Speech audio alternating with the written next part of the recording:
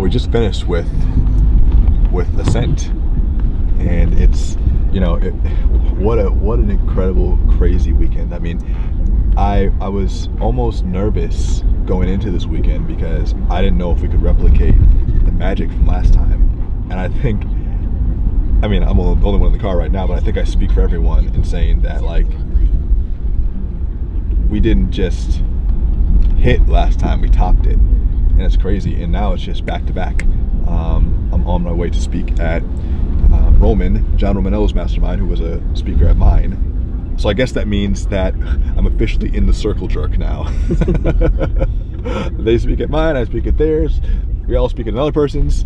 But I was thinking about what I was going to speak at John's event about, and I was thinking, you know, are there like technical things I want to talk about, or what's my topic? And I think that there's nothing better to discuss than what I'm actually doing right now, and it's turning business relationships into lifelong friendships. And it's something that we don't often think about or talk about, but is a very real element of developing incredible relationships.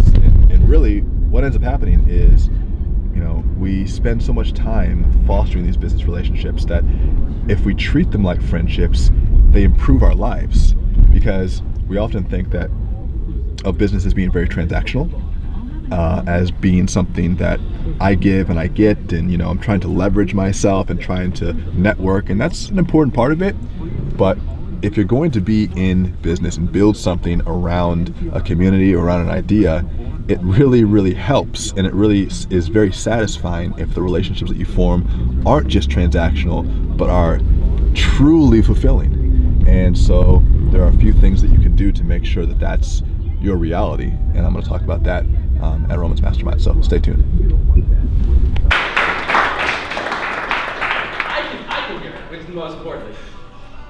Are you recording me? This is super exciting. Yeah. Oh, awesome, awesome. I spoke at Mr. DiPiazza's Mastermind in Bed-Stuy the other day, and as it happened, sometimes, as the Italians say, one hand washes the other, and both hands wash the face. And so we had a cancellation. Mr. David Tao was supposed to be here speaking, and in his stead, we have Daniel DiPiazza, who I should have asked in the first place. Yes. Well, two things worth noting. One, this is a double for me, second time. Yeah, second time, yeah. And you're not just Italian, you're Black Italian. So we share that, sir. That is true. I am indeed Black Italian. There's so few of us around.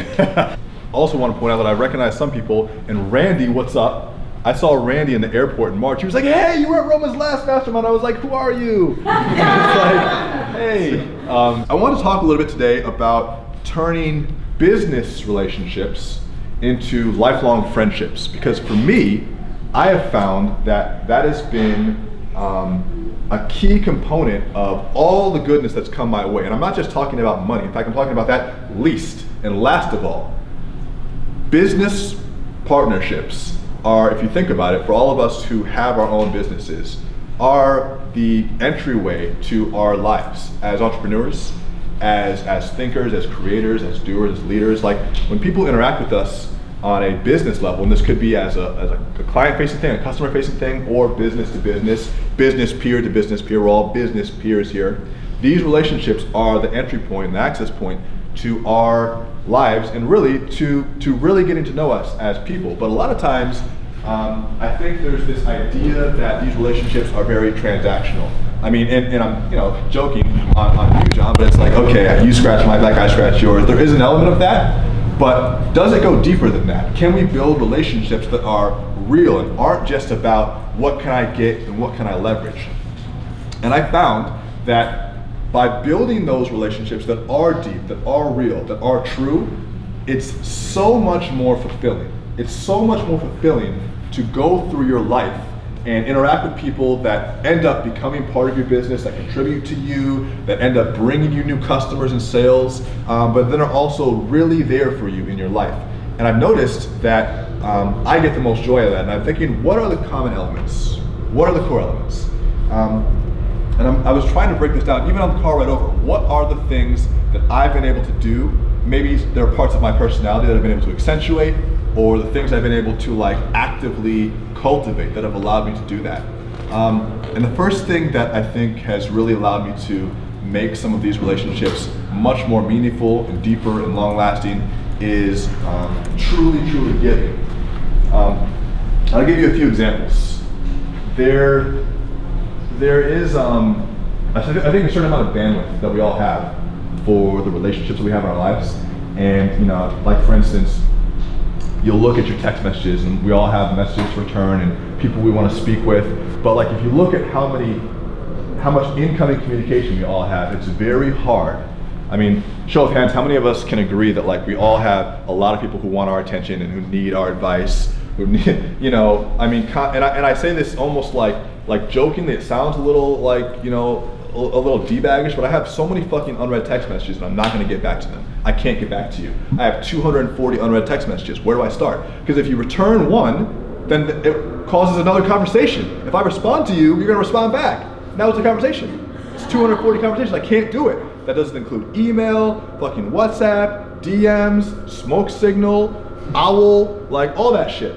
You know, it's all coming in at once. And it can be very difficult to maintain those relationships. But what I found is that as I build my tribe, my network of both peers and customers, one thing I'm trying to do is I'm always trying to think and keep the friends who I've either just met or who are still very important to me top of mind. And it doesn't necessarily mean that I'm going through a random magical checklist of people who I want to connect with, but I'm always looking for someone that I can give something to on a regular basis. And a lot of times those gifts are things that I want to be very impactful for a specific reason. There's a really good book you should read. It's by a guy named John Romaniello, I believe. It's called Giftology. Great one, right? Yeah. John's a good dude. Yeah, he's a good dude. And I, you know, I hadn't necessarily a custom ceramic mug. So fucking good. It was so dope, and it's got like fucking stakes carved on it and like brand new lyrics. It's just like very did a lot of like research. Very customized. Really nice. Yeah. Right, but that's true thoughtfulness. Sure. Right. And even this, like there was a. Do you remember when I gave you a few? It was maybe last year. Was this subway token in New York?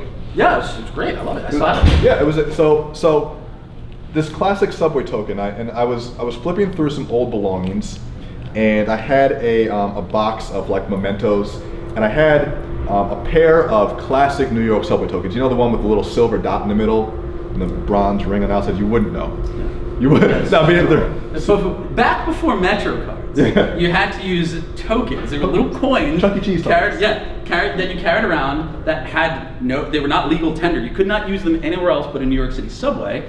And then as fares started going up, rather than increase the value of tokens, you just had to carry more fucking tokens. And eventually they're like, this is not working. Let's switch over to this card system. So yeah, but tokens were a thing that existed my entire lifetime. I guess we switched over probably. You were a Zennial, so. Indeed. I want to say like right as I was 20 or 21, Metro cards became more ubiquitous, but yeah, first 20 years of my life, little tokens. Yeah, and now they're pretty much, I mean, you can buy them online, I guess, but they're pretty much gone. And I was flipping through this old box of mementos, and these are mementos that like my grandmother gave me because we used to go on trips to New York together, very meaningful to me. And I thought, I'm looking at this old token, and I said, you know, this is great, but I have tons of mementos from my grandmother. Like I have tons of shit that mean a lot to me. And there's a part of me that was like, I should hold on to this because like it means something. But then how much shit do we hoard? We have so much shit. And I said, you know what? Who has a connection to New York where that would be really meaningful to them? And although I didn't necessarily want to give it up, I'm like, I'm gonna give it to John. Because that would be really cool for him. And I have stuff to remember my grandmother, so why not? You know? And so when you give meaningful gifts, that gets remembered. And you don't have to necessarily make it into something where you're trying to force gifts on people. That's not the point. It's that you're keeping people top of mind, and when something truly meaningful comes across your path, you just share it. You know, you just share it. It could be something that you already have. It could be something like sometimes I'll stop at the store. I'll be at the store. I'll be somewhere out, and I'll see something that I know a specific friend will like, and I won't even second guess it. I'll just say I'm gonna buy it for them. No questions asked. Why the fuck not? What is the point of having friends if you can't do that? Now sometimes these friends aren't necessarily like best friends. They're people who I maybe just met a little recently, we only had a few interactions, but I knew they had a specific interest, but I'll still pick it up for them and I'll send it to them. And when I do that, immediately the relationship changes. Yeah. And it's not because of the value of the gift or the, or it's because it was a specific, like a holiday. In fact, it's probably better if it's not a holiday, but it changes that relationship. And from then on, you see the way that they talk to you, the types of things they'll disclose to you, the types of conversations you'll have are deeper just from a simple share like that. And another way to do that, and this is really easy with social media now, is just to ask questions about what's actually going on in their life. So we all spend so much time masturbating in Instagram stories, and hopefully not literally, maybe, I don't know, and looking through people's social media stuff, and like we know a lot of people because of the content that we're all putting out there, and we pick up all these details about their kids and their allergies and their favorite foods and the things that they like to do, but all the content kind of washes over us. What I've taken a keen interest in is remembering these details, remembering the things that are important to others but insignificant to everybody else, right? Because we're all oversharing now. We're all oversharing. Every single one of you is fucking oversharing, and you're sharing things that basically are like, if you think about Instagram as an example, we all watch our own stories more than anybody else. Like, I find myself looking through my own shit all the time, remembering my own day like my own fan. I'm like, oh, that was cool, that was cool. And it was like 5 minutes ago. You don't do that? Nah, I'm terrible at stories, man. It's all my dog. Yeah, so, well, you're like, oh, cute, We do that, And how many details of our lives are we giving out, but that are kind of just getting swept under the rug, they get washed out, the stories are 24 hours.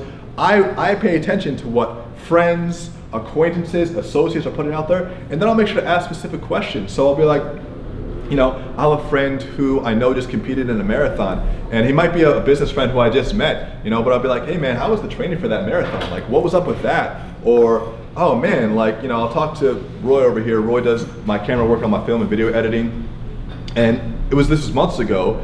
He was talking about how good his mom's lasagna is. And he was talking about it because he was proud of it, because he loves his mom, like it's a special Dominican dish. And we were walking, and I just saw him one day and I said, I need to try this lasagna. I need to try this lasagna. And it brought him back because, one, I was paying attention to what he said. It was a throwaway comment, but it meant that I was paying attention, and now we can connect over that.